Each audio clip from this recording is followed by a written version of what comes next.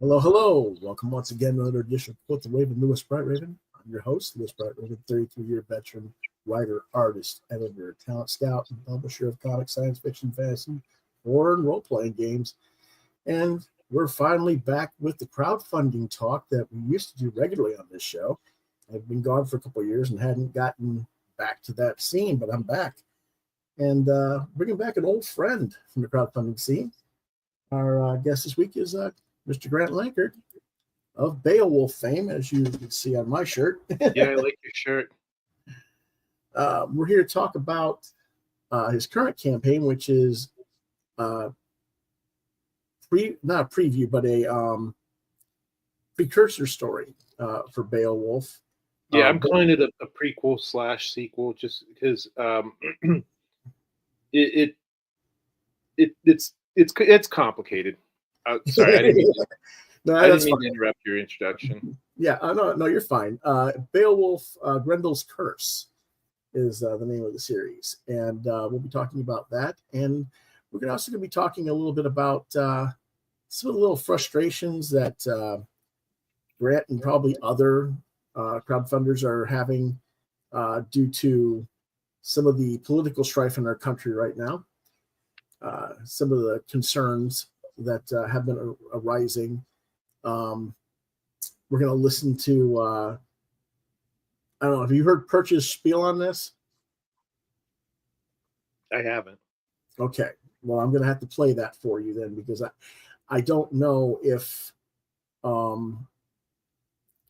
what he says makes sense, but at the same time, it's like there's still reason to have tension and concern. Let's put it that way. Our new regular co-host is Chris Hall, is in the chat saying hello to everyone. Hello, Chris. So go ahead. Do you want me to go ahead and share your actual Kickstarter page to start with? Great. Thank you. Okay. All right. Let's do that first then.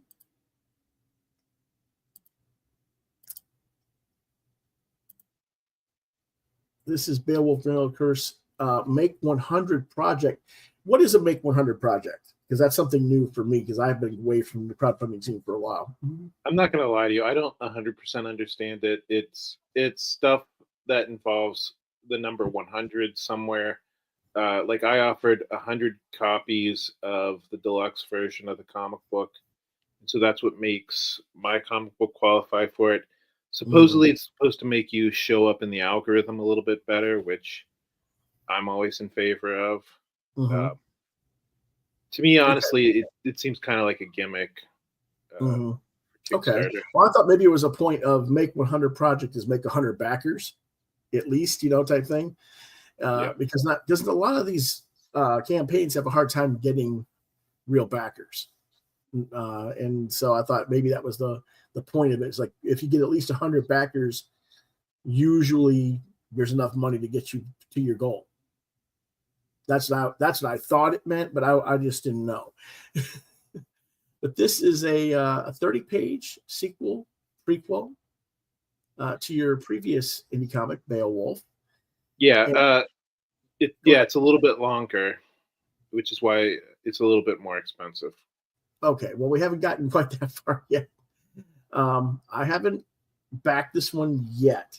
I'm waiting to get paid next week to get that on the list. But it is on my list to get picked up here. Thank you. BEOWULF and friends go up against Grendel and his mother, which is quite interesting. Let's go ahead and look at the video.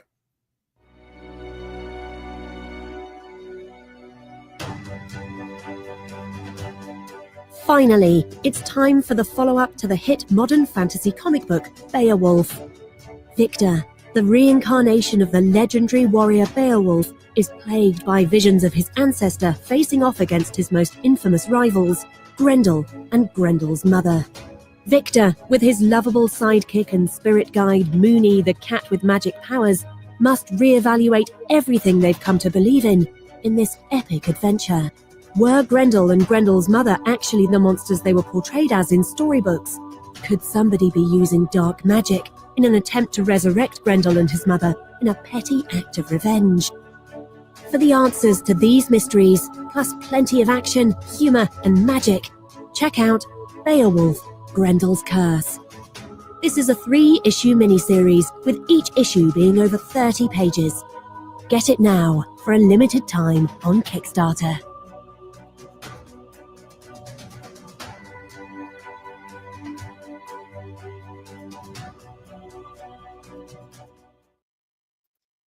And our other co-host, John North, says good evening to you as well, Grant. Nice to meet you guys.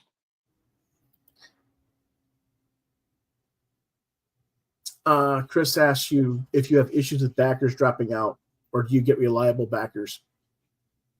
Yeah, occasionally customers will back out. You can kind of tell when somebody's about to do that. Like if somebody's pledge changes like 2 or 3 times, like in the space of a couple days, you can bet that they're probably going to back out. Or sometimes like people will back for like $50 and they won't choose a reward tier. That's usually a pretty good indication that they're probably going to back out. And I don't know why people do that other than just to be a troll. Yeah, I don't. That sounds kind of odd that they would do that. I'm guessing Chris has had trouble with that. No, but he works with David Campiti. David's his agent, and I'm sure David's had his issues with his Kickstarters campaigns with people doing that. Or I don't know if it's Kickstarter or Indiegogo that David uses off the top of my head. I know there's a lot of issues going on with some of these platforms lately where people's stuff isn't appearing. So I don't know what's going on, but I think that was probably why he asked. So, but that's a good question. We appreciate that, Chris. I mean, it's annoying, but at the end of the day, I don't know. Don't get caught up on the 1% of people who are being assholes. You know what I mean? Oh yeah. Here are some of the covers. Who's the artist doing these? Edward. Let me get his name perfectly. Edward.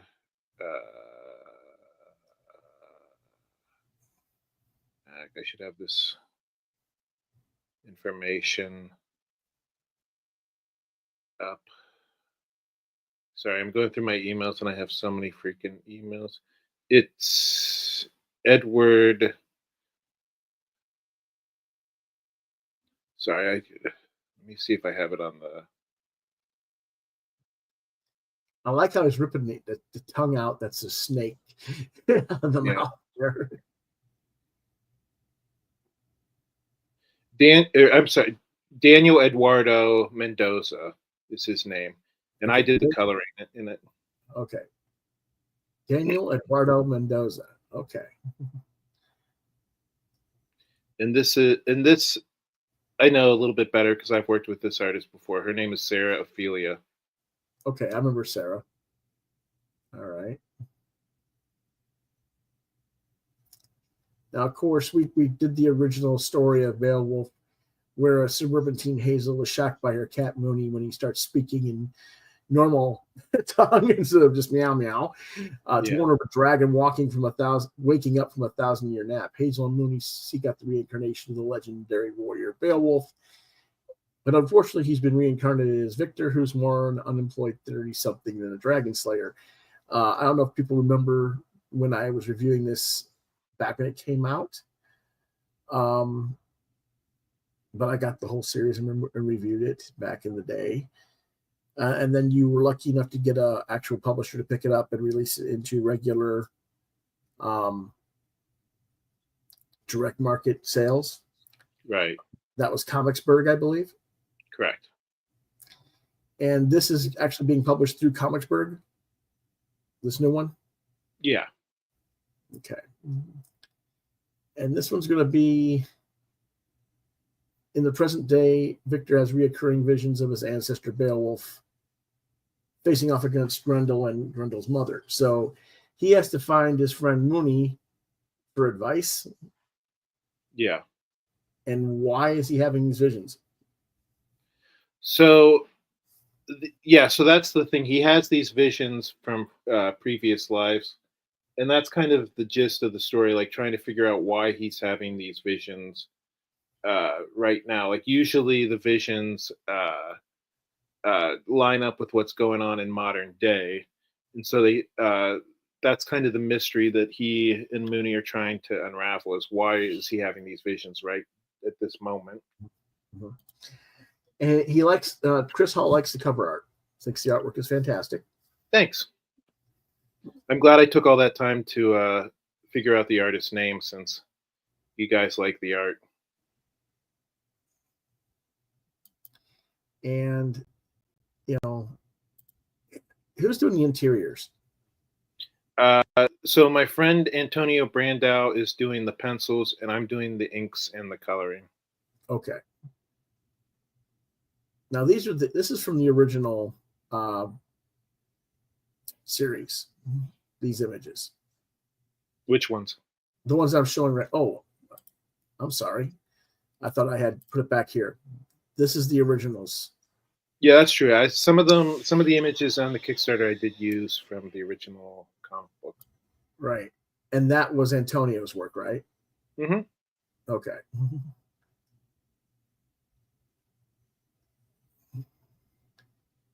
And I'm not really worried about the I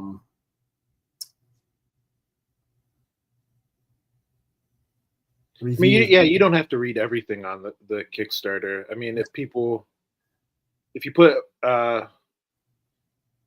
there's the fulfillment. The book is already done, so we don't have to worry about waiting forever for the book to be done. That's right. I just got it back from my proofreader, so I'm going to make whatever changes she had, and then I'm going to send it off to the printer. Okay. And I'm actually looking into getting it printed early, kind of for the reasons that some of the reasons that you wanted to talk about. Sure. Of course, you've got other books in here that are connected in a way. Are these things you can just add? These are add-ons. These are like prints.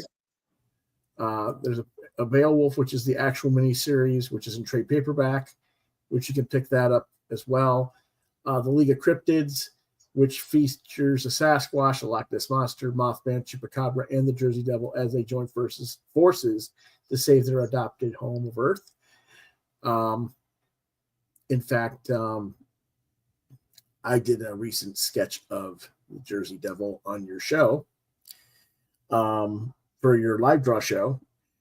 And I didn't finish it on the live draw. I finished it today. So we'll show that in just a little bit. But you can pick that up as well as an add-on. Yeah, I was going to ask if you were going to show the art that you did for it.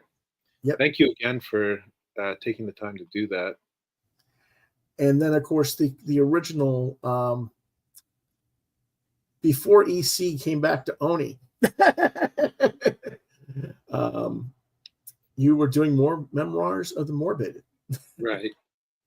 And this was an interesting little anthology series, too. So lots of things to pick up if you're interested in that sort of thing. Let's see what the prices are. Now, your digital is $9, but your print is $12. Right, plus shipping. Plus shipping. Okay. So that's not that's not including the shipping. It's $12 for 30 pages.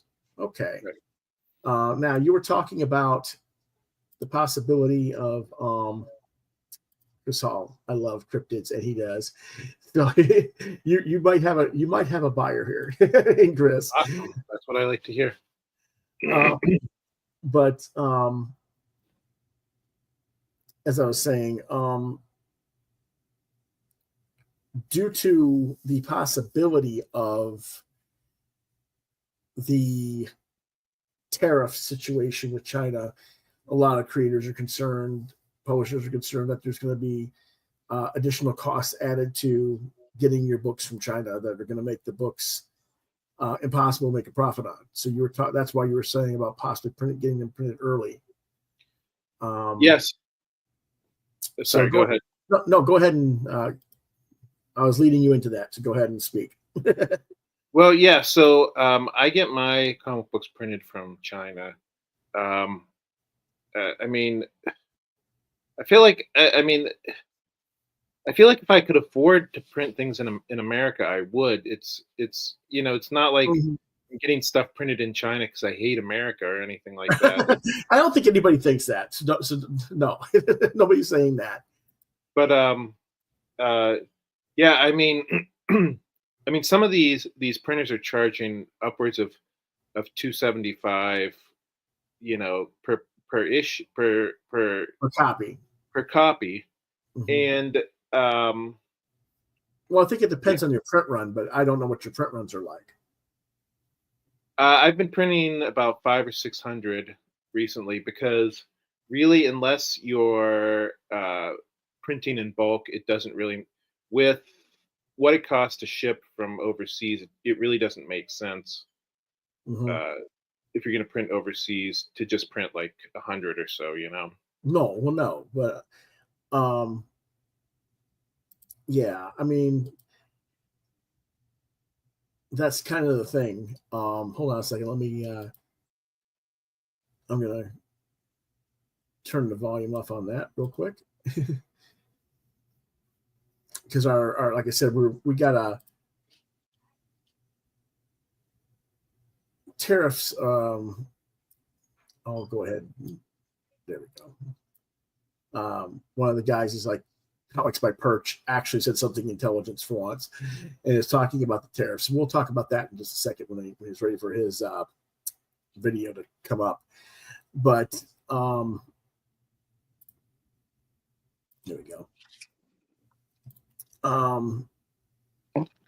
Did you? I know I was looking in your local area for printers right there in Pittsburgh, and I'm not really that familiar with things comparative to what they were when I was last looking at the printing.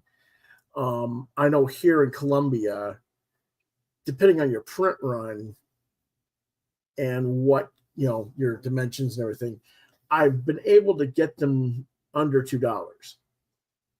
Is this recently? Yeah, in the last like 3 weeks. Oh, wow. But then, that's why I said it depends on your print run size and a whole bunch of other factors. And, I don't know, because, you're saying 500, 600, is that for your Kickstarters, or is that for both the Kickstarter and the retail?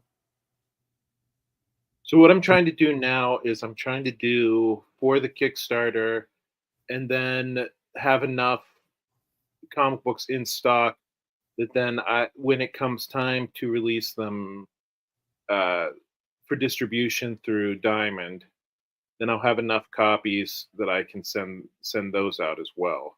Okay. Well, how does the Diamond thing look so far to you? I mean, we know that Diamond's probably not going to be here, and how things are looking, they're going to go under and be sold. So there's no guarantee they're going to be here. But I mean, like, if Comicsburg were to go through Lunar or another distributor, it's still the same basic construct. So I had the Beowulf trade paperbacks. It were in the previews catalog when Diamond announced its bankruptcy. And I don't know if you know my friend Marvin Wynn. He does a comic book called The Edge, Um, well, I don't know if he wants me telling people this or not. They owe him money. That's funny. Yeah, Diamond owes a lot of people money right now. Yeah. So I mean, we don't need to know the exact details or how much or anything like that. But yeah, I get you. We hear you. I know that there are a few comic book creators that they promise to give money to, that they probably will never see. Right. I know the way that it works is, when they finally do go belly up, they sort through who they owe money and then they divide up their assets. Um, I've been through this before because I used to do freelance graphic design, and one of my clients filed for bankruptcy, and the problem was he owed me about $800, and there were some people that he owed like $10,000 to. Right. The people who he owes $10,000 to are going to get The priority. their money first. Right. So the chances of us little guys that Diamond owes $600 or $700 to getting any money are pretty slim. So here's the thing: if they aren't going to give you the money that they've paid, they should be able to return you your assets back to you. Right. And that's where the hang up comes with the courts. And what I would recommend for all small pressers who have stuff outstanding to Diamond is to file a formal request to have your items returned to you in lieu of payment. At least then you'll have the content. It won't be sold at an auction or something for other assets for other people to get money and you get nothing. Right. That way you can have it. You'll have your stock and you can sell it for however long you gotta sell it, wherever you can sell it. But when you have those type of bankruptcy court things, it's really you got to try and play it close to the vest on that sort of thing and try and get your own. And rather than fight with City Hall to get a pittance of money, because they were only paying you what 41% of the cost, because you're getting like a 60%, 62% discount anyway. Exactly. I'd rather just get the books back. If I'm looking at your perspective, you know. So go ahead. Sorry. So this is what I did. Fortunately, I hadn't sent the comic books yet, so I had like a little bit more leverage. Sure. So what I told my contact at Diamond was, is there any way I can get any money up front? They're supposed to send me a check. They're supposed to send me 100% of the money that they owe me for these books before I send the comic books. Which that's a good negotiation tactic too. That is a good negotiation tactic. Unfortunately, I haven't seen the check yet. Right. But you haven't. That doesn't mean I'm not going to. Right. Exactly. You know, but that's the other way to do it. Yes. At least you haven't sent anything to them until it's paid up front, and then you're good, so to speak. So yes. Chris has another question. You're a small press, man. You have to save money where you can. That being said, do you think rising costs will make printing in the U.S. more feasible or even necessary? So first of all, prices. They're saying prices of printing, even in the United States, are going to go up because, unfortunately, most of the printing products come from outside the country. So, like the wood that they use to make the pulp, to make the paper, comes from Canada. The ink comes from Asia. So the big problem is, number one, printing even in the United States is going to get more expensive. The second problem is that I think the kind of tariffs that they're talking about, I think it's going to make printing overseas expensive enough to be inconvenient, but not expensive enough to deter people from doing it. So yeah, I don't know. I don't know how political you want to get, but I mean, I think these. Be as honest as you need to feel, man. I mean these two, to me, it's. I mean, this is why you don't elect a president who doesn't have any experience. I mean, he doesn't. Right. He doesn't know what he's doing. Well, he has a sense of shrewdness for certain types of business tactics, and he's wanting to do it his way. Well, and that's something that frustrates me. It frustrates me when people say, "Oh, you know, I want to elect a businessman because you know they'll run the government like a business," and it's like, well, no, you can't run the government like a business because a government and a business are two different things. Right.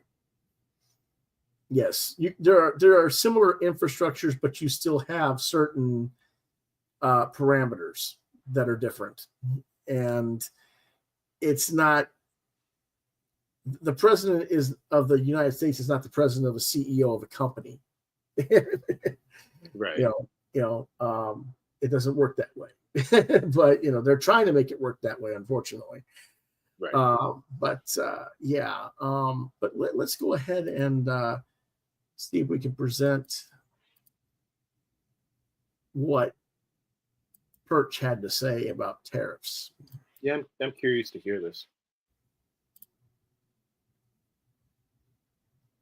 Messages from other comic writers, comic artists, other people asking about the tariff situation and if tariffs on comic books could lead to increased prices and could lead to a collapse in the industry, and what happens if Trump really goes after Canada, or so just comics were printed in Canada.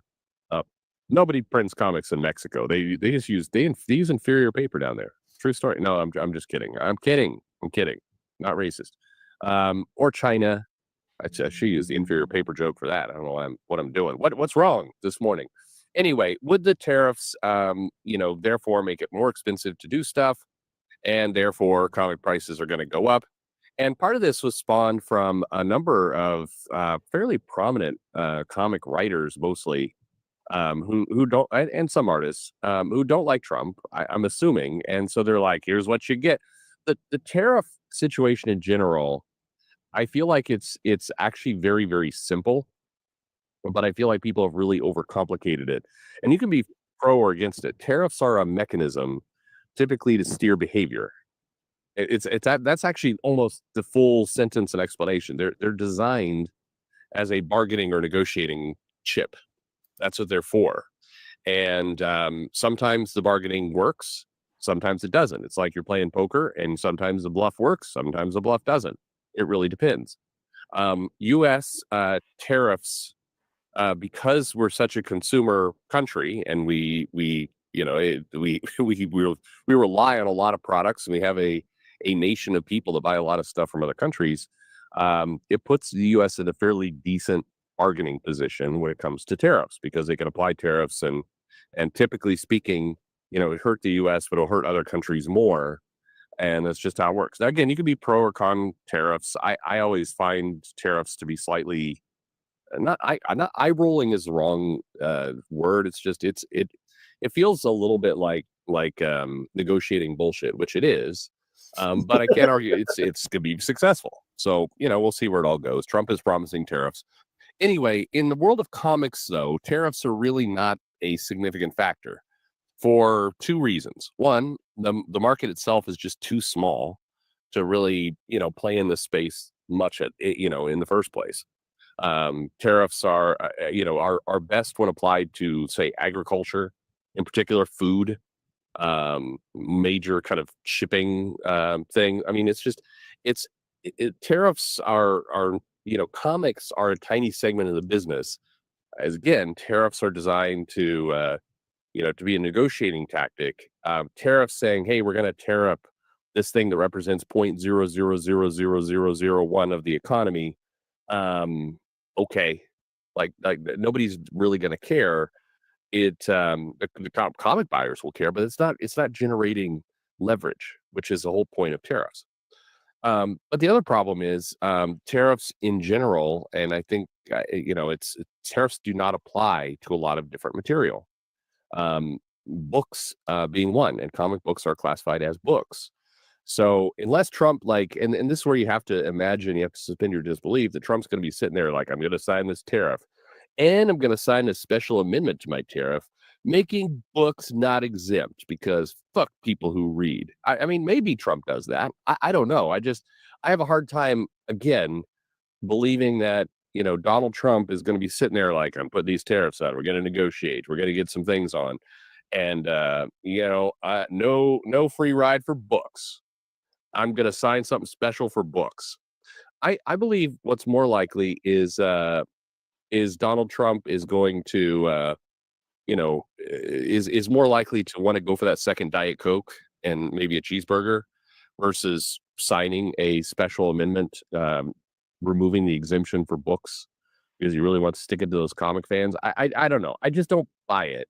And I think as people have listened to this channel for any length of time, I'm not a fan of Trump. I wasn't a fan of Biden. I hate all these people. I've said that consistently. I look for better leadership than this. But even people who hate Trump, you gotta use common sense and logic here. Like this stuff doesn't add up. Anyway, so I'm gonna pause it there.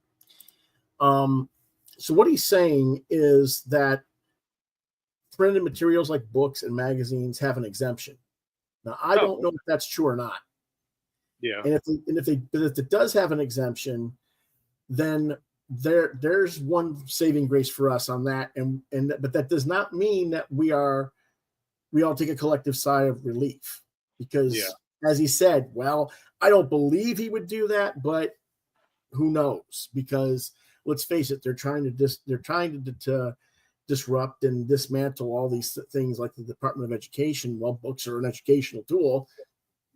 It's possible. So we can't immediately say, no, it's not going to happen.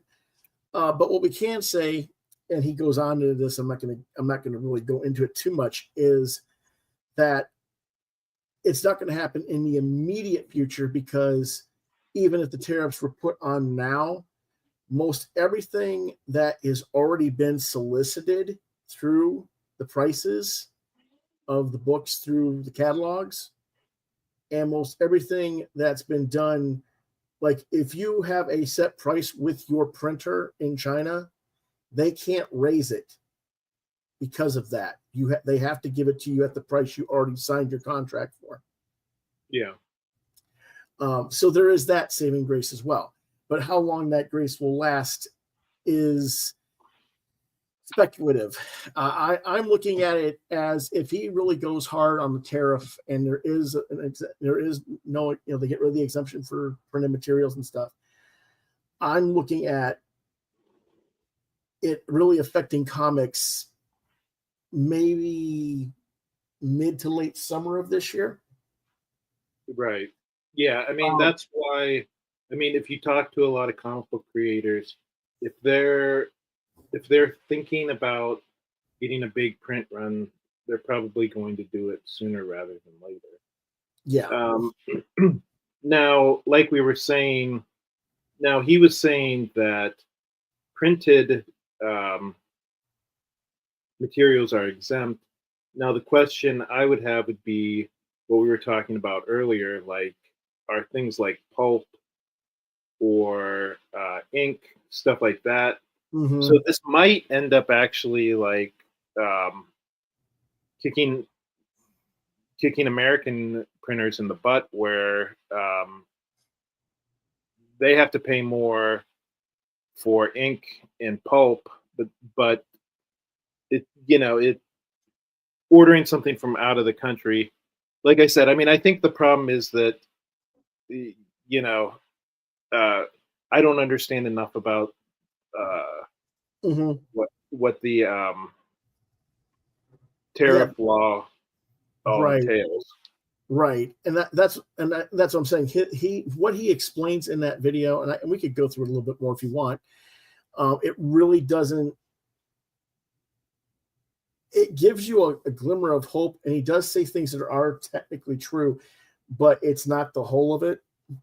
And I'm not as familiar with it as I used to be to do a course correct on him, because I haven't had to do that kind of work in a long time. I almost always did my printing in the US when I was doing my printing. But then again, like I was telling you, before, here in Colombia, we could do it.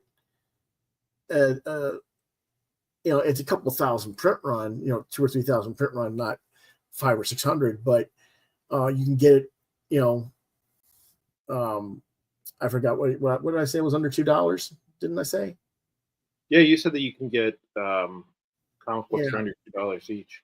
Yeah, and you were saying that you're paying around $275 to $3. So it was like, that's a big difference, because you're not just paying that, but you're also paying the cost of shipping it to you on top of it. That's mainly why I try to print overseas. I don't know. I'm talking to a new printer now. Maybe this was recommended to me. What was the name of it? KB Offset, which is in central Pennsylvania. It would be nice also if I could, drive there to get my books. This printer's about an hour from my house, which I don't know, to save $30 or $40 shipping, it might be worth it. Yeah. So basically, tariffs won't affect the books directly, but might affect materials used. Correct. That's what we're looking at, and there's that, and then there's how it'll affect the cost of the shipping of the books, because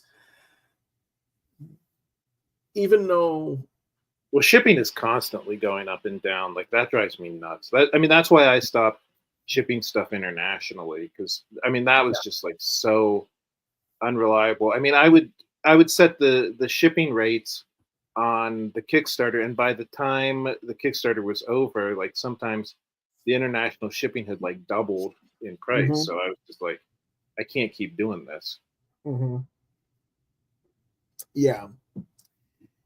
That's why the big fight over the lack of distribution has become such a thing. We need to get more regional and international co-ops and hubs where everybody goes to a central and they redistribute, and we've had that problem trying to rebuild that ever since the industry basically went diamond exclusive. So everybody says, somebody needs to come along and start an alternative to diamond. The reason why it hasn't happened yet is because, quite frankly, it's going to be a lot of work with no guaranteed return on that work. I can't get mad about the fact that nobody wants to start their own distribution company, because, quite frankly, I don't want to start my own distribution company. Here's the thing. Since Diamond, I don't know if you watched my episode Cracked Diamond from a few weeks back. I don't think I saw that one. Okay. I explained that there's been 22 attempts since Diamond monopolized. And the big problem in terms of the direct market is the retailers didn't want anything to do with it unless they had Marvel or DC books. And it's like, hey, this isn't about Marvel and DC. This is about the rest of the market that you're supposed to be supporting.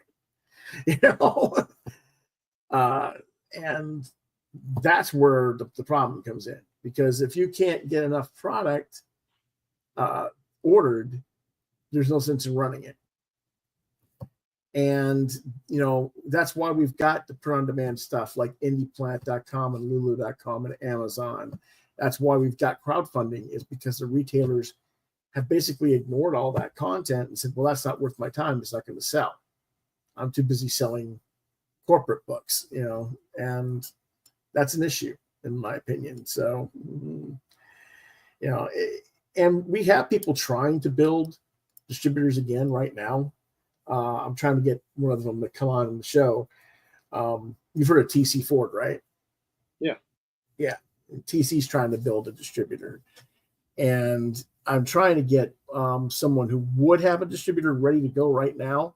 Unfortunately, his warehouses were destroyed in the floods in Tennessee recently, so it's like he doesn't have a place to store them, so we can't do it right now. And I don't know if because of the damages and what the cost of that was and everything, I don't know how soon he might be able to, reset and do. I just don't know that answer right now. So, but okay, let's go ahead and go back to your campaign here. Again,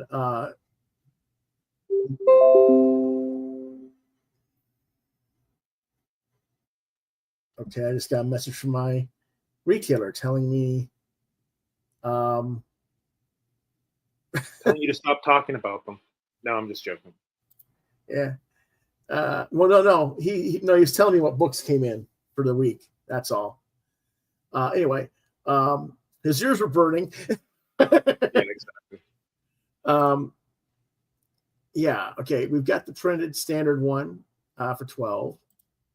We have the deluxe cover, which is the one where the guy's ripping out the mother's tongue.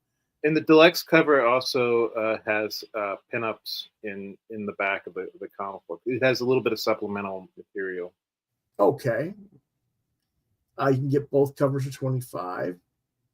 You can get a digital catch-up tier, which is you get the PDF of the trade paperback, I guess.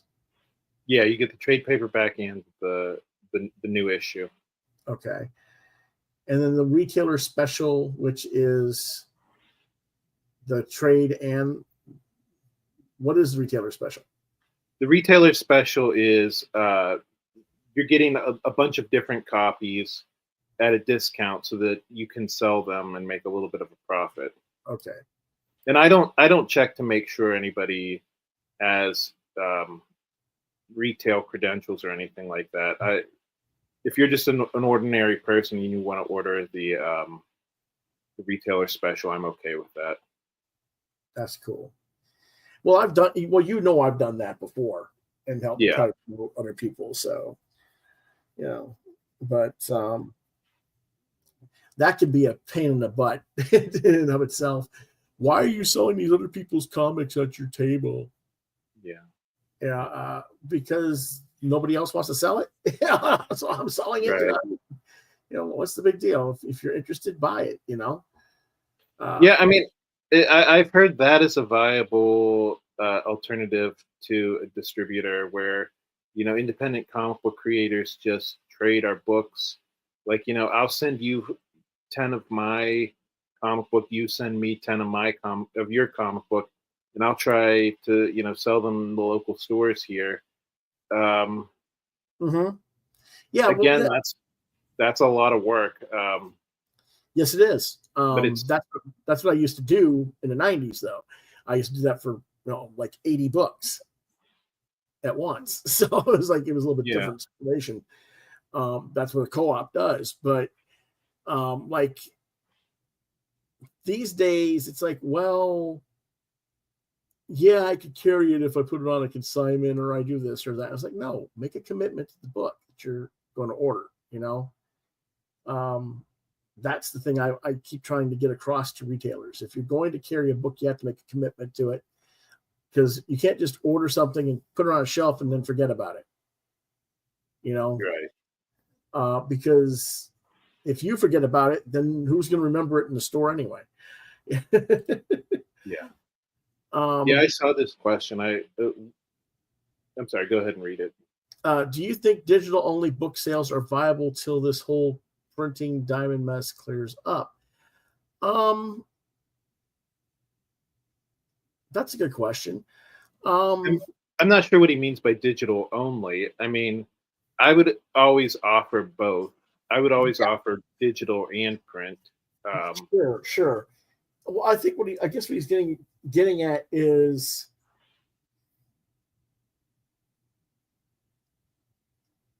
that there's a lot of people who are strictly webcomic and they haven't gone to print yet.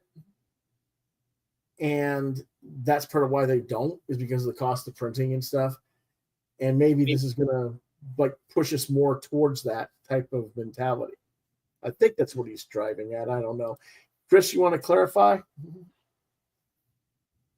I mean, you can do that. I mean, I feel like there are people out there who want to hold the comic book in their hands. Mm-hmm. Yeah, I mean, yeah, it's I mean, you know, like for graphic novels, we need to do something more than just comic book distributor. You need to get into book distributors. You need to find book distributors to get you into libraries and other non-vendor markets. That's, you know, because I mean, there's like 130,000 libraries in America. If you can sell to 1% of 130,000, what is that? Right. You know, there you go. You're actually making some money. So that's, you know, but the thing is, we've been, you know, just like the comics industry, the book publishing industry is drying up with distribution as well. It's been problematic overall, and it's because of people like Trump and others on both sides of the political scale, allowing for people to buy out companies and force takeovers and stuff like that, which is created what we call vertical integration, and that means all your different branches of distribution have dried up, and you've got one path only, and just vertical one. And that's where a lot of our problem is in terms of getting reestablished. Because even if comic retailers are reluctant, we have like 9 or 10 different markets outside of the comic book industry that, at least for graphic novels, there's a good potential to get your product out there. Comic magazines are a little more difficult because they are just magazines, and magazines as a whole are dwindling in sales as a whole.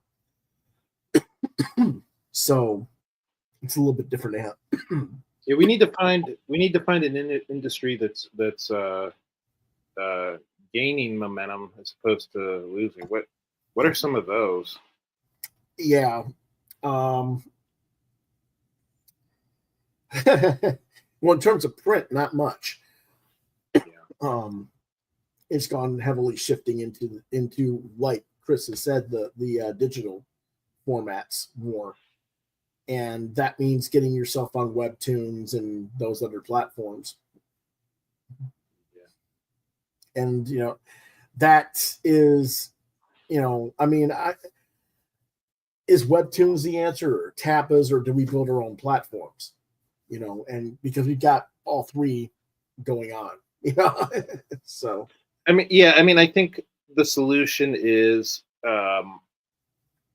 just getting your comic book available everywhere that it can be. Like giving consumers as many different options on how to read your comic book as possible. Yep, that makes sense. Okay, let's I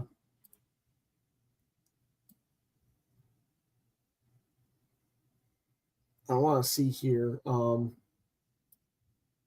you said that this one, the second one, has additional bonus materials. Yeah, exactly. And then this one up here, which is the cover I prefer, is the regular edition. Right. Okay. All right. I have to think about that one. Of course, I hear you. No, it's fine. Well, I could always get both. You know, wouldn't be that bad with you.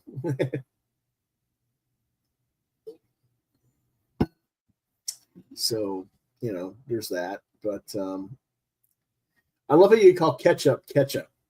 Yeah. I had people try to correct that before, but well, yeah, they're trying to say that you don't know how to spell. It's like, no, it's a pun, guys. Yeah.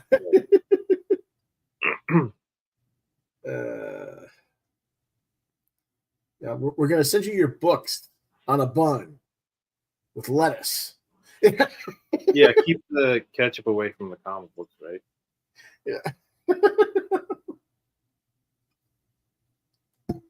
No, we're gonna put them in buns and in bags and buns, and the soft buns will protect it in shipping. Right.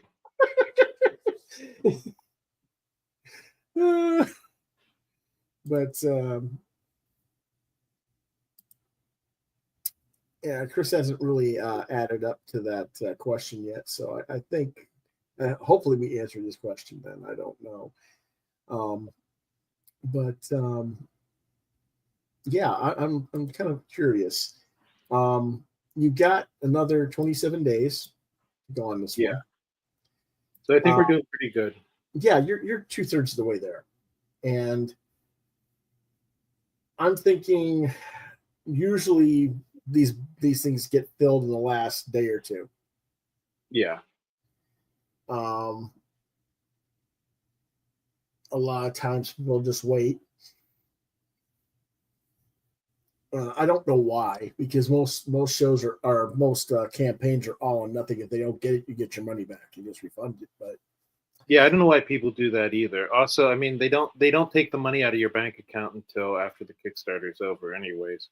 Right. So people who say like, "Oh, I'll back your comic book next week when I get paid," it's like, well, it actually doesn't actually matter. Mm-hmm. Yeah. Well, when I say that, because I said that earlier, it's because I've already backed a bunch of stuff, and I have to put the money back in my account to cover it. Yeah. Well, I think part of the reason why people do that is because like you'll forget about what stuff you backed. Mm-hmm. Like if I backed something like a month ago, I'll forget that it's like, oh, it's ending tomorrow. Mm-hmm. And as opposed to like if I backed it like last week. So yeah, so I always get like a bunch of people who want to back like right away, and then I get a bunch of people who want to back it like on the very last day, but then I get like a trickling of people throughout the rest of the. Yeah, my main thing is I try to wait until like a week or two before it ends, maybe a week, because if I order it right when I first do it, I'll forget I ordered it and I'll order it twice.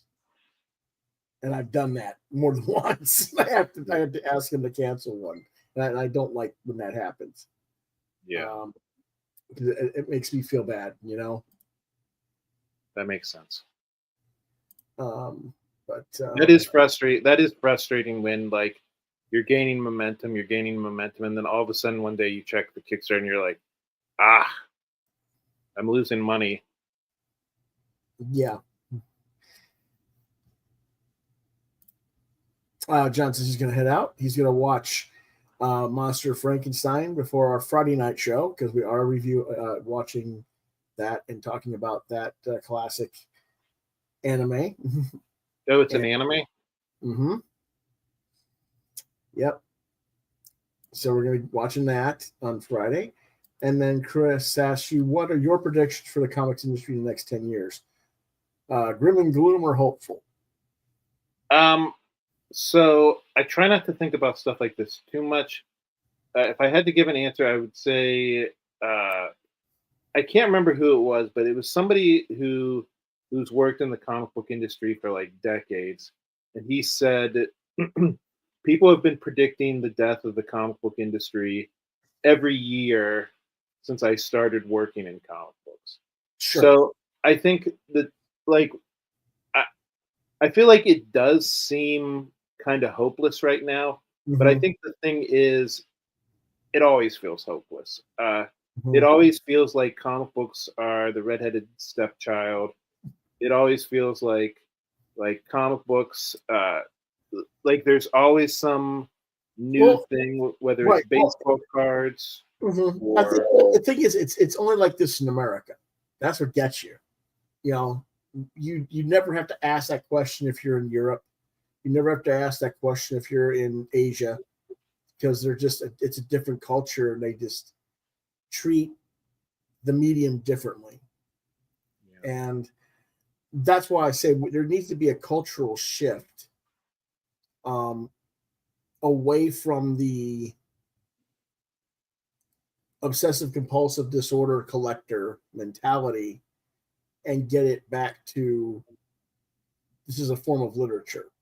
And it's just, reading is fun. Reading is fundamental. We use it as a reading tool, teaching tool for reading for readers of all ages, because you've got certain levels for kids and certain types of comics for kids. And then when you want to have someone who's learning English as a second language, they don't want to read, Garfield or Mighty Mouse. They want to read something that's potentially something they can relate to more. Well, they also don't necessarily want to read Spider-Man. So exactly. That's what I'm saying. You have to have an awareness of everything that this art form has to offer.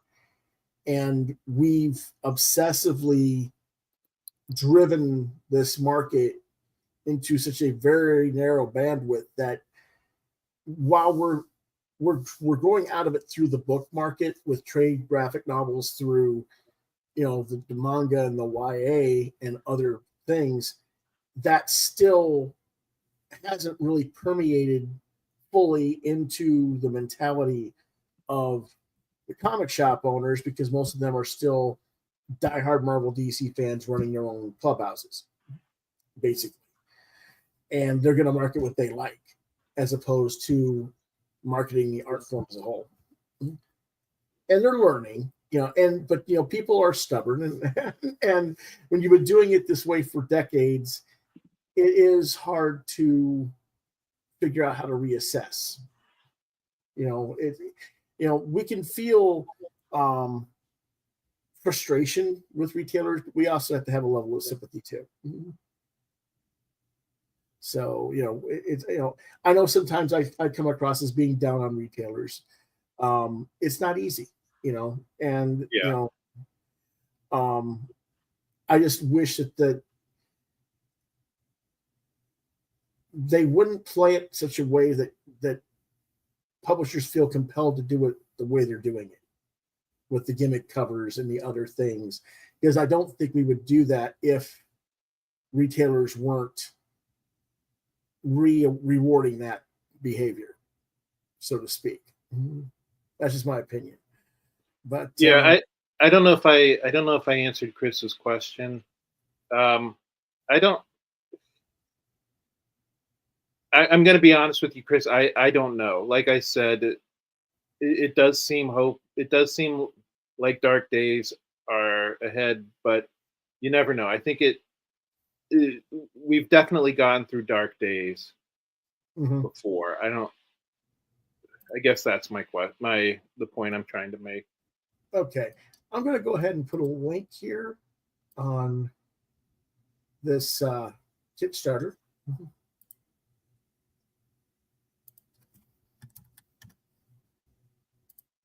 There is his. You can go ahead and look that up there. Thank you.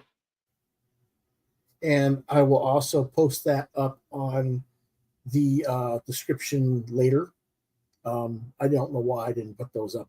Normally I do, but I will either edit it or I'll add it in the discussion sessions on the YouTube page after the show is concluded, for not just this one but other campaigns.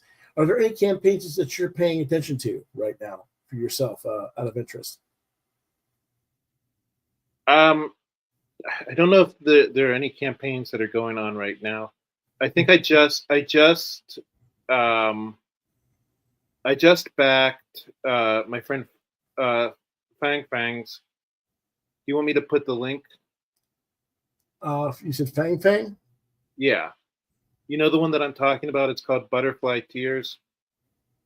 Is that Kickstarter? Yeah. I think I know what you're talking about. I'm putting it in the private chat. So other than that one, I just backed another comic book. It's called My Name is Lady. It's about generational superheroes. It looks cool. It's by my friend Shane Moore. And then I've been following, I don't know if you're into this comic book or not, but I've been following the Kelly Jones comic books, the Kelly Jones Dracula comic books that he, who is it? I think it's Kelly Jones and Matt Wagner have been doing, they're not strict adaptations of the book. They're kind of like other stories that might have happened to Dracula. But I don't know. I've always been a big fan of Kelly Jones's art, and it's perfectly matched for the story of Dracula. Okay, let's go ahead and share that one you were talking about, Butterfly Tears. This is a Chinese folklore anthology. This is like romance stories and manga. Yeah. So they're past. They've already achieved their goal. They've got 5 days left to go. Got 83 backers. You know, it's like it's in that same range. Let's see what the video says.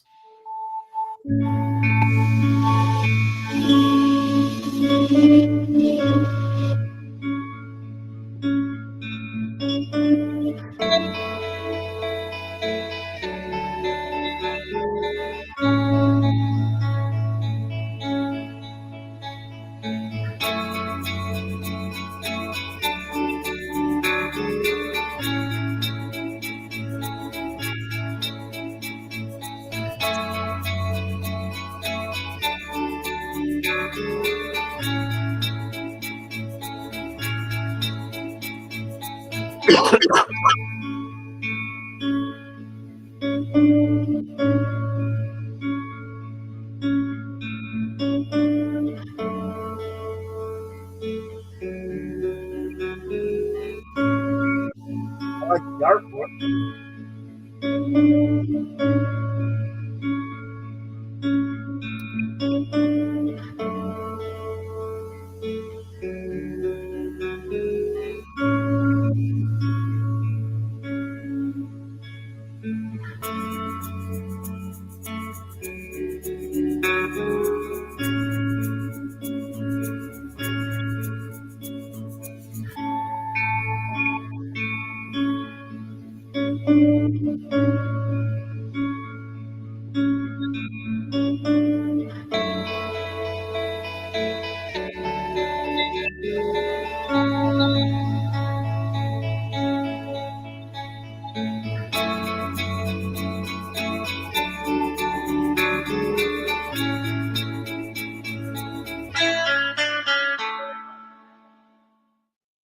Okay, that doesn't look bad.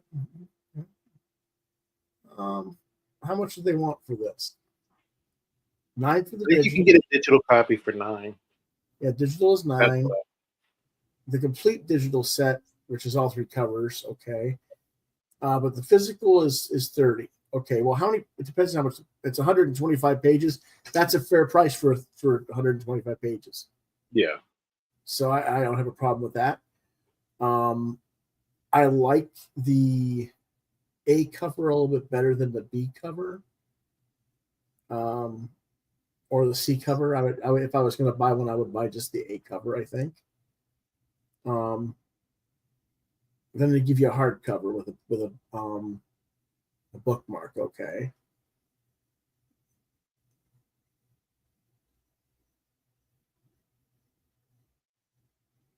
Are all these drawn by the same person, or? I believe so. Because they look like a little bit different. A little bit different art style in each story. Yeah. Which is not, it's not like that's a problem or anything. Yeah, it's just interesting to me that. I think it is drawn by the same person, though. Okay. Yeah, I see enough similarities, but there's just enough differences and stuff too. So that'll be interesting. But for 4 different stories, I think that's a reasonable price. I'm gonna have to put a reminder on that. There we go. I'll have to think about it. And there's the artist. Chris is mentioning that the video was a little long. I think it's about 2 minutes, and they say that videos are supposed to be about 1 minute, so it's maybe a little long, but it's not the end of the world. Yeah, Chris loves the Dracula books. Yeah, he makes a lot of the he does the videos, like the video that you saw opening my sequence. Chris put that together. Oh, really? That was a cool video. I was going to tell you, I was going to compliment you on that, but I forgot. Yeah. Yeah. So yeah. I don't know if it's way too long. Because it is showing 4 different things. I mean, I know what you're getting at. I wish that they would it would be fine being longer if it was about having her speak in between each segment a little bit to discuss each one. That would make it a little bit better, but to just have it kind of like smooth transitions the way they did, I can see where Chris is coming from. So on that, but yeah, I mean, it's interesting though. Let's see if we can read this. I can't read it on the screen. I have to go to the actual page. So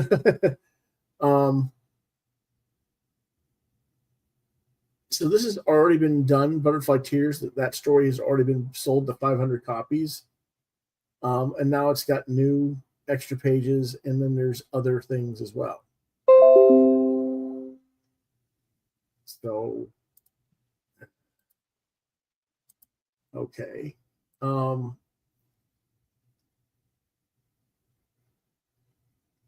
And again, here we go. One of the most heartwarming things I've heard from fans is they believe the book deserves to be placed in libraries and schools. And there you go. That's what we need to be starting more of a concern with, in my opinion. And not just for her books or your books, but I mean, Chris's agent and friend of the show, David Campides, had that issue trying to sell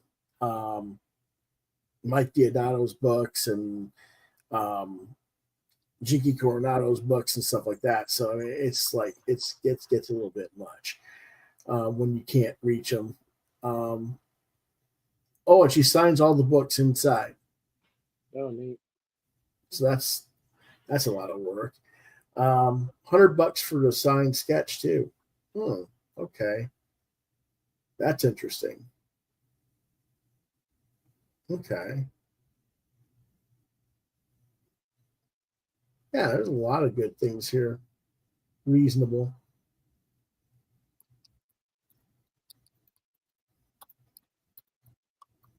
Yeah, okay. Like I said, I saved this one. I'll have to come back to it. That's a pretty good one, though. I appreciate you sharing that with us, Grant. Let's see. We've got one that John left already, but to watch the other thing. But this is the thing he probably should have waited for, and that's Chippy's Bad Day, because he's a Perhaponauts guy. 150 backers, as you can see. I already backed this. Oh wow. 150 backers 16 days ago, over double of its pledge. It's a one-shot story. For those who don't know, Chippy is a Chupacabra type character. He's a phenomenal tracker and kind of like this little mini, I don't know,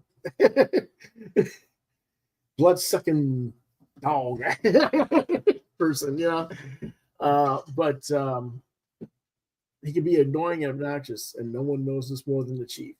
And the chief's had enough. So he calls in the mischievous imp Saki Perere from the rainforest of Brazil. The one creature the chief thinks might be able to teach Chupi a lesson. It's a fast-paced madcap caper aimed at kids of all ages, presented in Craig's animated style. It's 22 pages of nonstop nonsense and crazy cryptid fun. Order yours today, and I think that's a cool one. They are actually doing a blank sketch cover and a virgin cover, which is a virgin cover is the cover without any of the trade dress on it. For those who don't know what a virgin cover is, it's a virgin cover. Who's the nude girl? Right. Self-published with Plays Well with Otters. We're excited to get this out into the world. Keep track of the stretch goals, and when they get to 6,000, which they've unlocked, you're going to get stickers. If you get 8 locked, you're going to get a laptop case or whatever. I don't know.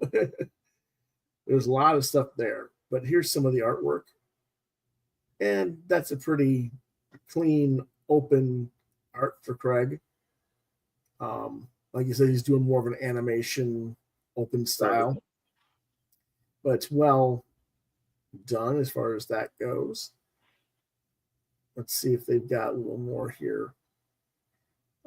I bought the one-shot standard, the black light variant, and a couple of the sketch blanks because I like drawing the characters. So there's a retailer bundle again. You can get you can actually get an original exclusive typewritten piece of Perhapanauts prose story for $50.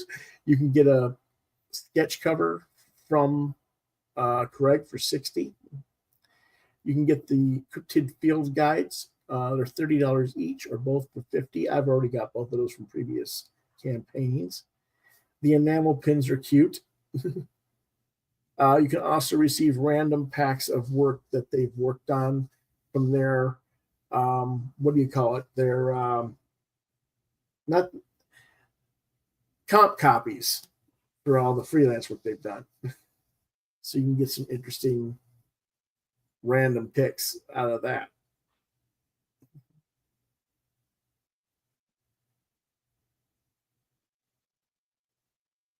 And like I said, I'm getting the main shot, and there's digitals and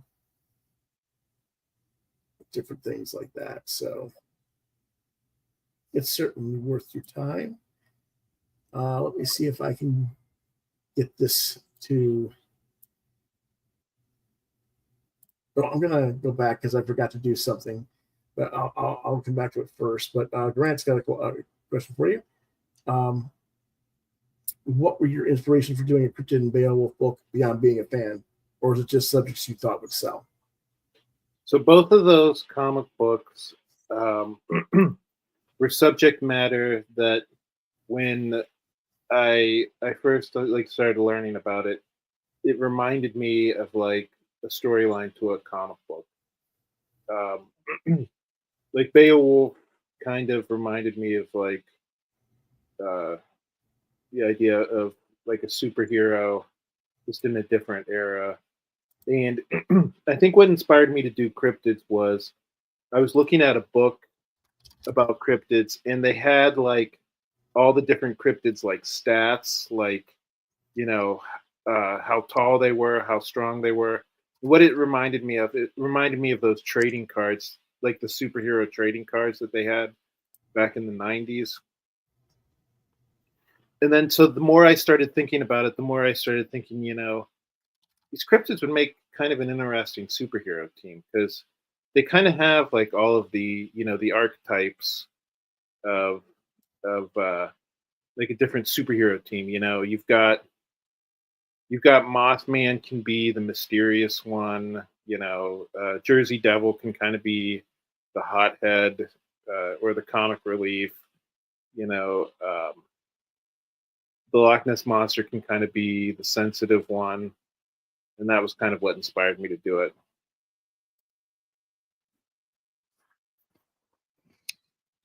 I gotta go back to Butterfly Tears in just a minute here. And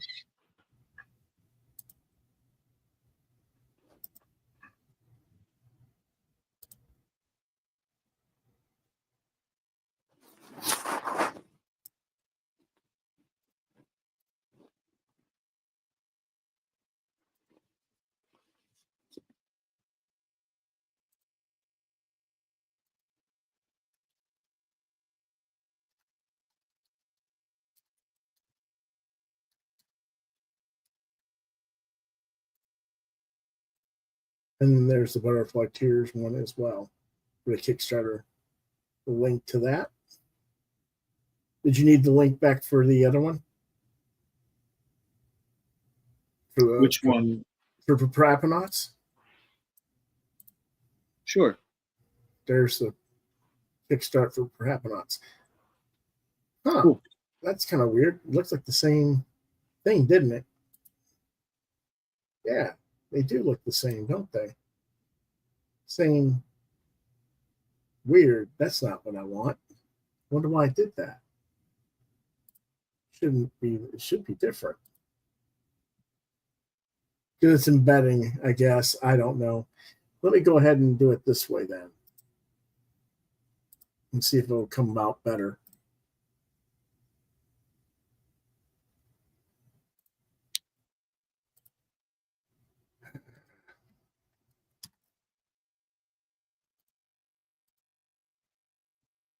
There's for Fang Fang's Butterfly Tears.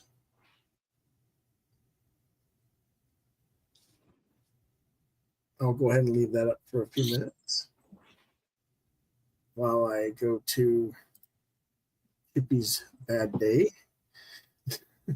It's a long, long thing. I don't know.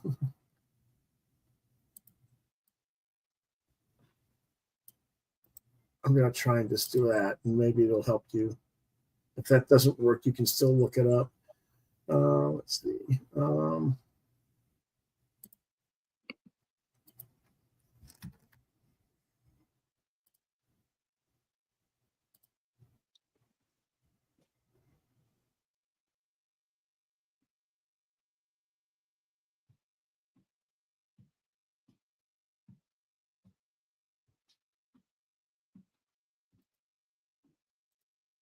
We've got 2 more to go for recommendations this week. Our next one. Oh. Is Sion, the Thief of Shavra, Korshavra, I should say. I've seen a little bit about this. He's in some of the comic book creator groups that I'm in on Facebook. Yeah. He used to do work on ElfQuest, and he's done a lot of other things. I first really discovered him with Wahoo Morris, which is a series, creator-owned series he did. I'm going to stop my camera for just a second.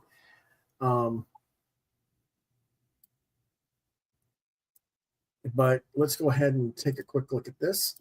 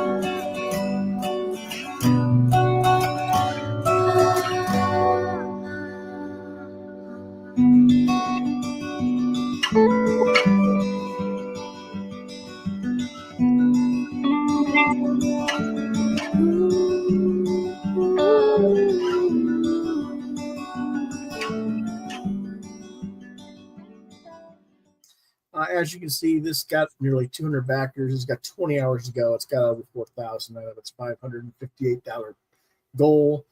That's an odd number to make for a goal, but okay. As you can see, the story is black and white, and that may be a deterrent to some.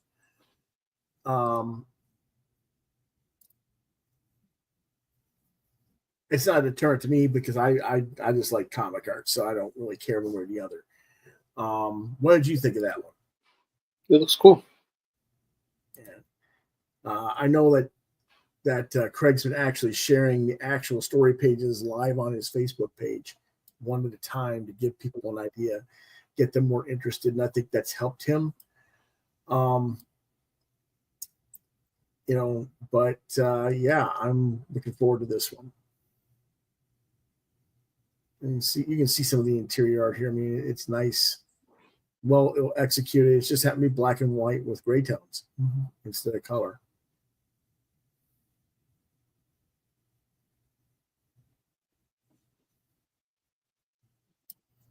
The regular edition, I got all the covers for $66.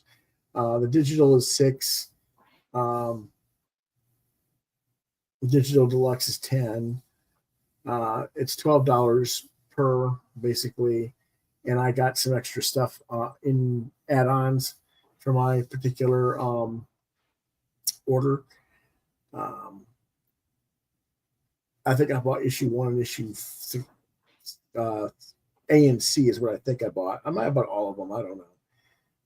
But I don't know if it's in here. You can get original artwork from the book, which is a reasonable price, $160 a page. I'm looking for the other stuff I got, but he's mostly just selling the art pages, it looks like, on this. You have to go to the add-ons. Yeah, you have to go to the add-ons.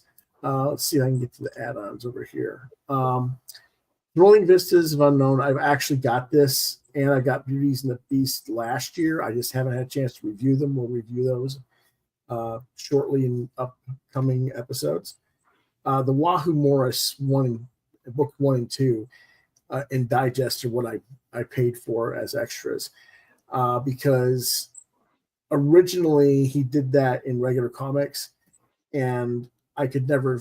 It was very difficult to come by, even though I pre-ordered it. A lot of retailers just weren't getting what I asked for, so I wanted to get the whole story. So I'll be getting that. Cool.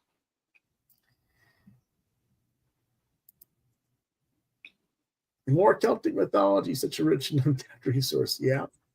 Yeah. And let's see. This is an actual thing we can put it up there and not have to worry about. How did that happen? There's the Kickstarter for that one.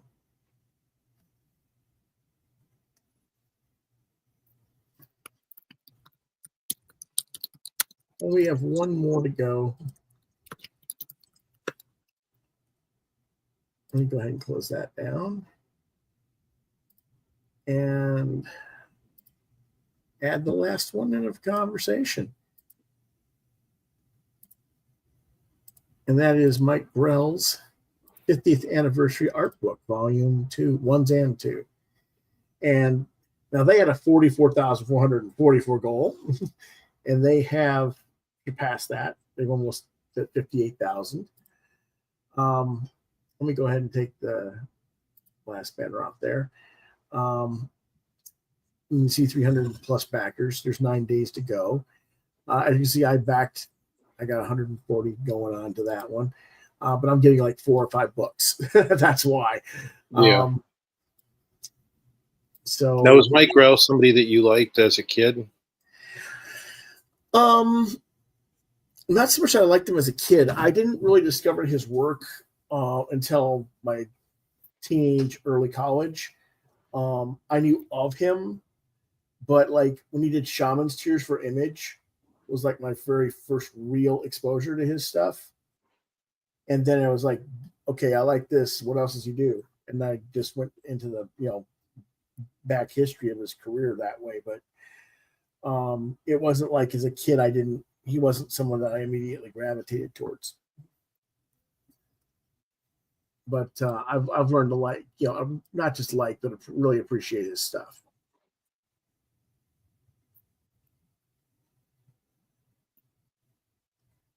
And there's his character, seminal character, the Warlord.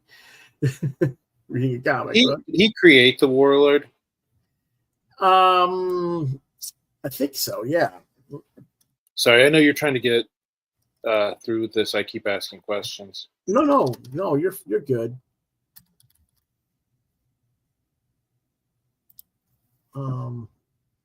Yeah, he did create the Warlord. I thought he did, but I know he had a big run on Green Arrow as well. Yep. And then he, like you said, he did Shaman's Tears. Well, in the 80s, he did John Sable. He did Maggie the Cat. He did Star Slayer. He did a lot of independent stuff in the 80s before Shaman's Tears. Shaman's Tears was just, we're bringing him into Image. And I was like, yeah, you finally brought someone with some credibility. Yeah. That's why I looked at it.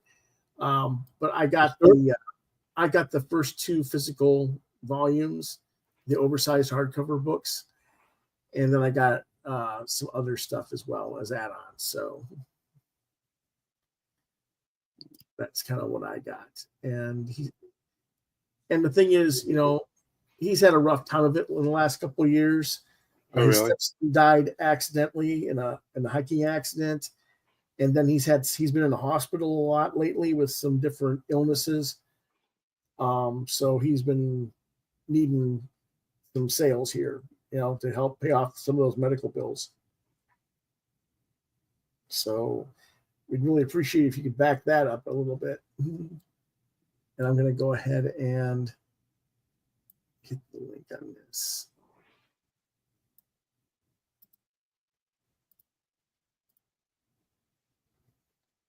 If I can get it to do what I need it to do.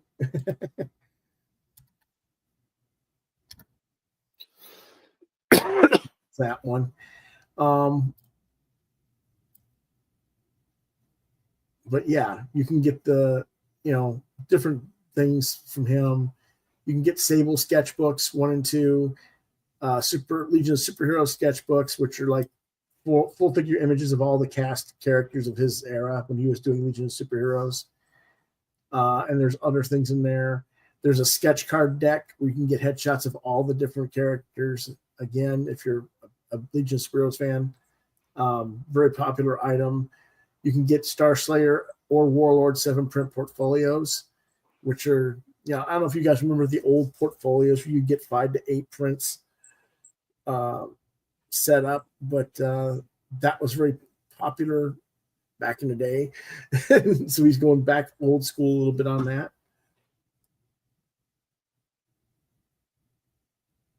Get to see all the women in John Zabel's life there. But lots of different different sketchbooks. So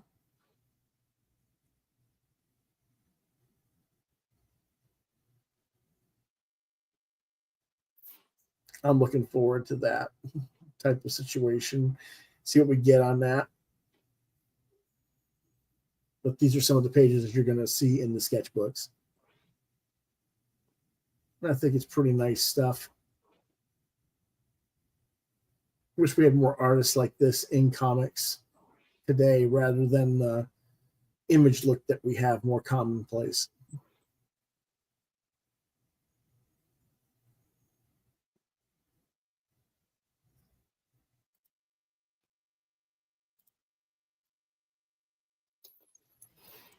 What was the shiznit? I'm sorry? Chris says it was the shit. Oh. He loved Warlord. So again, I recommend that one. And that is pretty much our reviews for recommended campaigns. We have one more thing to share with you, though. And that is an unboxing that I got yesterday. Cool. Let's see what crowdfunding I ordered.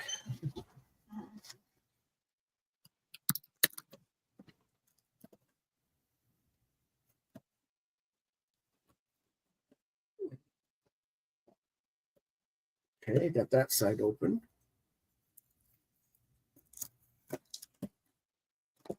There we go. Wonderful thing to have an X-Acto knife right by your station here. Good idea. Let's see what we've got here. Got a big book with lots of.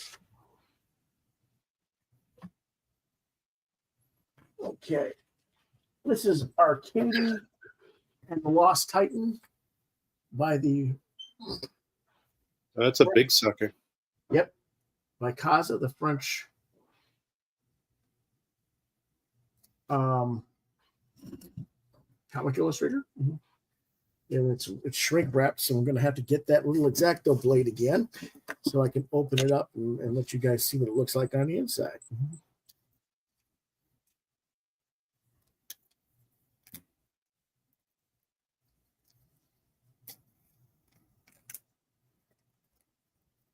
Come on.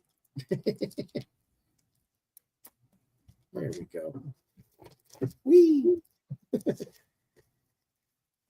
But yeah, this is a nice heavy hardcover. You can use that if somebody, like, if there's intruders in your house. Yes, this was from Humanoids, Clover Press. As you can see, the back cover. Let me go ahead and put myself up there. And that's the Humanoids. It's got the ISBN number, but not the price tag on it, of course. But yeah, very thick, very well. It's got a nice reflective sheen cover, as you can see the eggs and the edging of the title reflecting there in the light.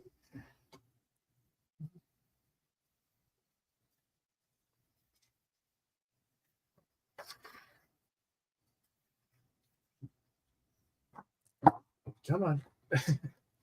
And there's some of the interior art. Wow, cool. And I'm going to go ahead and take that banner off real quick. If I can. There we go. See a little bit better there. And this is, he's on a world post-apocalyptic type stuff. Just like Chris likes. If you like Warlord, you'll love this.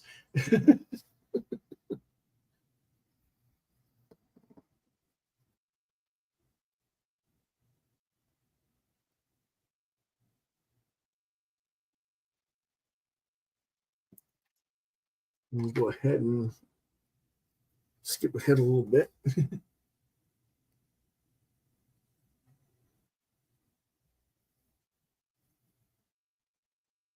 So very heavy metal, very cool stuff, and I'm looking forward to reading. This is going to be a really long one to read. Might take me a while, but yeah, that was my my actual arrival. I was like very pleasantly surprised to get that one. Cool. So, but as always, we appreciate you stopping by, Grant. And before we leave, I know you guys wanted to see the artwork that we were talking about earlier, the present, and let me go ahead and see what I can do to present what it wants to do. I don't want to do a slider PDF. That's kind of weird. Let's see.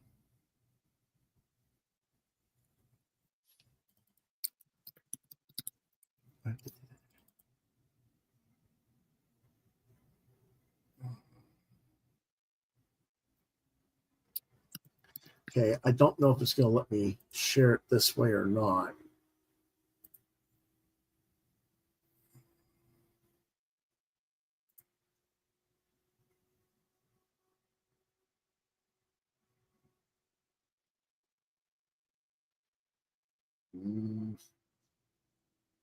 It says PDF. I don't want it in a PDF. That is weird. It's not a video file. It's not an extra camera. There we go. That's what I want. Can you guys see that? Or should I go ahead and... Did you do that in Blue Line? Yeah, that's the full-size Blue Line, like a comic book page. I'm going to go ahead and show the next one over. That was not the one I meant to show. What I meant to show was... Yeah, I think the one you sent me was regular pencil. Yeah. I sent you both. I sent you the regular pencil and okay, a Blue Line. But I sent you the Blue Line at the regular size. So let me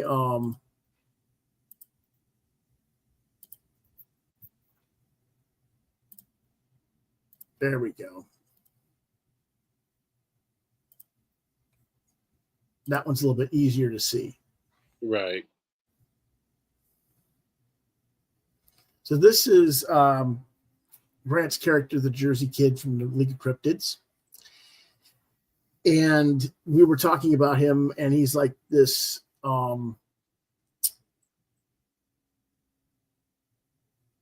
don't know, punk rock type, grunge rock fan. So he's wearing the Foo Fighters t-shirt. I put Social Distortion poster, Crippled by Society live performance show in the corner, a torn Black Flag poster, the band Razor underneath the Black Flag, and then there was another poster that's supposed to be Subhuman and some other bands that was cut off on purpose. And he's standing in basically at the steps into an entrance to a club. That's what you see, that guardrail to the steps, basically, and then the brick wall behind that. So, yeah, I'm happy with how it turned out. Thank you again for doing that. And let me see if I can. Yeah, there we go. We can get a little bit closer in.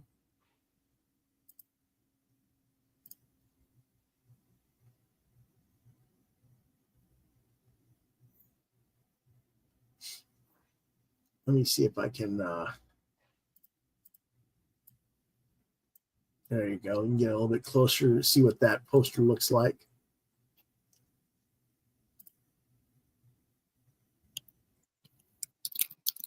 So Grant is going to actually take the time to ink that version, and I'm going to do an inked version. And then you said whichever version we like the best. Maybe maybe I'll put both. I don't know. We'll decide. And then maybe I'll both. I don't know. Yeah, but that'll be in issue 3, you said, of League of Cryptids? Right. Okay, so this will appear in League of Cryptids number 3. So there you go, folks. Appreciate you all watching for the time, and thank you for having me on your show. Oh, you're welcome. As always, I like having my friends on and helping support everybody's projects. I may come back on Grant's drawing show up in the future here when I'm doing some other stuff, but we'll wait and see about that. But he has a regular live draw show on Mondays as a rule. Right. And that is at what channel? No channel, just my own. Well, I mean, just YouTube, Grant Lankard? Yeah, Grant Lankard. I have a very distinct name. So if you type my name into most places, you'll find me. Okay. And so I guess that's all for now. Again, I will post all the links to all the Kickstarters that we reviewed tonight in the comments after the show is over below the video. when it's finished loading and everything. So they'll be there for you to revisit. And so Thursday, we will be back. And it'll be Chris Hall and myself and John Norris. And I gotta get to the right channel.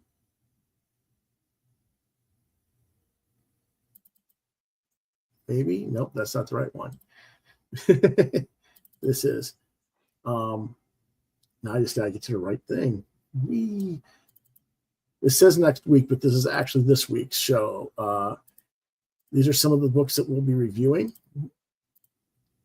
We'll be reviewing back issue numbers 153 through 157, the graphic novel Midnight Tiger, the graphic novel Space Junk, issues 1 and 2 of Welcome to the Maynard from Dark Horse, volumes 1 and 2 of the graphic novel series Outlaws, issues 1 through 5, Avengers War Across Time, issues 1 through 3 of Xeno, the graphic novel Imagination, issue number 1 of Streamroller Man, that's a Kickstarter crowdfunded book, and Roger Landridge's Pandora Perfect graphic novel.